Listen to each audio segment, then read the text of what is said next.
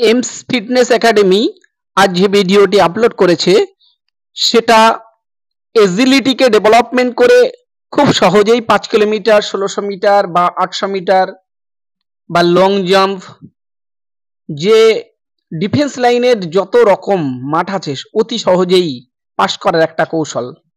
আজকে একদিনের শিডিউল এখানে আপলোড করা হয়েছে। এখানে দেখতে পাচ্ছেন যে বাচ্চারা যেমন শাটল রান অর্থাৎ আলু দৌড় করে, ঠিক সেরকমই। ভিডিওটি না টেনে প্রথম থেকে শেষ পর্যন্ত দেখলে কিভাবে একদিনের একটি শিডিউল এখানে মেনটেন করা হয়েছে। 10 মিটার্স গ্যাপ দিয়ে আমরা কোণ পাতিয়েছি, যাদের কোণ নেই বোতল সাজিয়েও করে নিতে পারো। প্রথম সেট এখানে 10 বার, দেখো এখানে 10 বার টাচ করে, মাটি টাচ করে হাত দিয়ে, আবার অপোজিটে 10 বার মাটি টাচ করছে। এইভাবে প্রথম গ্রুপটা করে নিল। ঠিক সেকেন্ড গ্রুপ, ফার্স্ট গ্রুপ রেস্টে চলে গেল, সেকেন্ড গ্রুপ কিন্তু আবার দাঁড়িয়ে গেছে। এখানে 10 বারই এরা করবে। যেটা বলার যে 5 কিলোমিটার দৌড়াতে গেলে আমরা মনে করি যে প্রতিনিয়ত রোড রেস করে বা 5 কিলোমিটার দৌড়িয়ে 6 কিলোমিটার দৌড়ে মাঠ পাস করব, হয়তো অনেকেই করে, কিন্তু প্রতিনিয়ত হার্ড সারফেসে দৌড়ানোর ফলে শিনবোন যন্ত্রণা বা অন্যান্য মাসেল ক্রাম্প চলে আসে।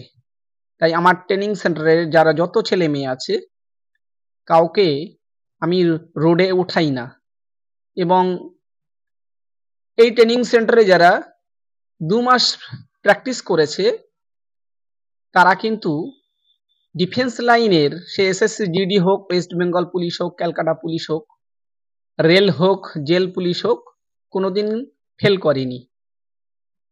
তাই বলবো ভিডিওটি না টেনে প্রথম থেকে দেখতে, শিডিউলটা কেমন ভাবে কমপ্লিট হচ্ছে একদিনের শিডিউল। আমরা প্রথমে 15 মিনিট জগিং করে নিয়ে ফ্রি হ্যান্ড এক্সারসাইজ করেছি, যেটা সাধারণত ওয়ার্ম আপ বলা হয়। তারপর এই মেন ওয়ার্কআউট এজিলিটি এক্সারসাইজ। তো আমরা প্র্যাকটিস শেষ, একটা সেট শেষ করলাম। একটা সেট শেষ করার পরে আমরা 8 মিনিটস রেস্ট নিয়ে আমরা সেকেন্ড সেট শুরু করেছি। দেখো এখানে কিন্তু আর 10 মিটার নেই, এরা দুটো স্টেশন টপকিয়ে যাচ্ছে, অর্থাৎ 20 মিটার। এখানে দেখো 20 মিটার যাচ্ছে, কিন্তু প্রথমবার 10 মিটার ছিল 10 বার, আর এখানে দেখো 20 মিটার, কেননা প্রথম কোণ টপকিয়ে আরো 10 মিটার পরে আর একটা কোণের লাইন দেয়া আছে, সেখানে যাচ্ছে। দেখো কতবার করছে, প্রথমবার 10 বার করে নিয়েছে, সেকেন্ড বার এরা কিন্তু দেখো 4 বারে ফিনিশ করেছে। গুনেছে কি জানি না, 4 বারে ফিনিশ করেছে। যারা নিজেরা প্র্যাকটিস করো দেশের বিভিন্ন প্রান্তে, তারা একদিনের শিডিউলে এই শাটল রান যদি করো, এজিলিটি বেড়ে গেলে দৌড়াতে তোমাদের অনেক সুবিধা হবে। দেখো এখানে ফার্স্ট ব্যাচ শেষ হয়ে গেছে, সেকেন্ড ব্যাচ শুরু করেছে। এরকম একটা ব্যাচ আলাদা আলাদা ভাবে করলে সুবিধা হয় কি, যে একসাথে অনেকটা জটলা হয়, সেটা থেকে বাঁচা যায়।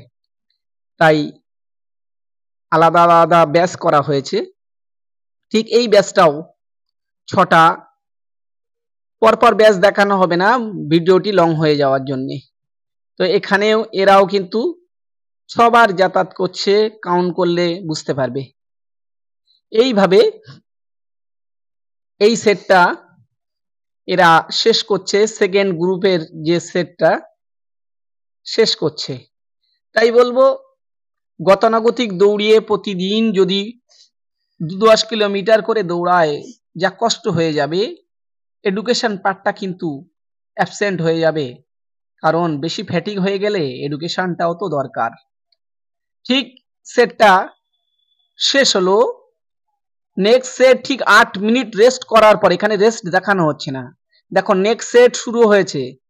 এখানে কিন্তু সেই 10-10-20 মিটারের গ্যাপ নেই, এইবার কিন্তু 30 মিটারের গ্যাপ। এটা কিন্তু 30 মিটারের গ্যাপ। দেখো প্রথমবার গেল, সেকেন্ড বার গেল, ফিরছে, থার্ড বার যাচ্ছে। কবার করে দেখো 30 মিটারের শাটল রান এটা, এবং প্রত্যেকটা সেটে 8 মিনিট করে রেস্ট নিচ্ছে, 8 মিনিট করে রেস্ট নিচ্ছে। দেখো কতবার করছে। এরা 4 নাম্বার যাচ্ছে এবং 4 নাম্বার যাওয়ার পর সেট শেষ হবে এবং 8 মিনিট রেস্ট করার পরে ওরা এগেইন এই একটা সেট শুরু হচ্ছে। দেখো এবার একটা স্টেশন টপকালো, দুটো স্টেশন টপকালো, তিনটে টপকালো, চারটে, অর্থাৎ 40 মিটার গিয়ে ফিরছে। কবার করছে একটু গুনে নাও। ঠিক এইভাবে শিডিউল সেট করে নাও এবং একদিনের একটা শিডিউল এত পরিমাণে এজিলিটি কাম এন্ডুরেন্স ডেভেলপমেন্ট হবে যেটা কল্পনারও বাইরে। তাই আপডেট ভিডিও পাওয়ার জন্য আমাদের সাথে থাকো। দেখবে খুব ভ্যারাইটি এক্সারসাইজ বিভিন্ন রকম প্র্যাকটিস করে অনায়াসেই একা একা প্র্যাকটিস করে বেঙ্গল পুলিশ খুব শর্ট টাইমে কিন্তু তুলে নিতে পারবে। তো নতুন হলে চ্যানেলটি সাবস্ক্রাইব করে রাখো, আপডেট ভিডিও ছাড়া হবে প্রতিনিয়ত।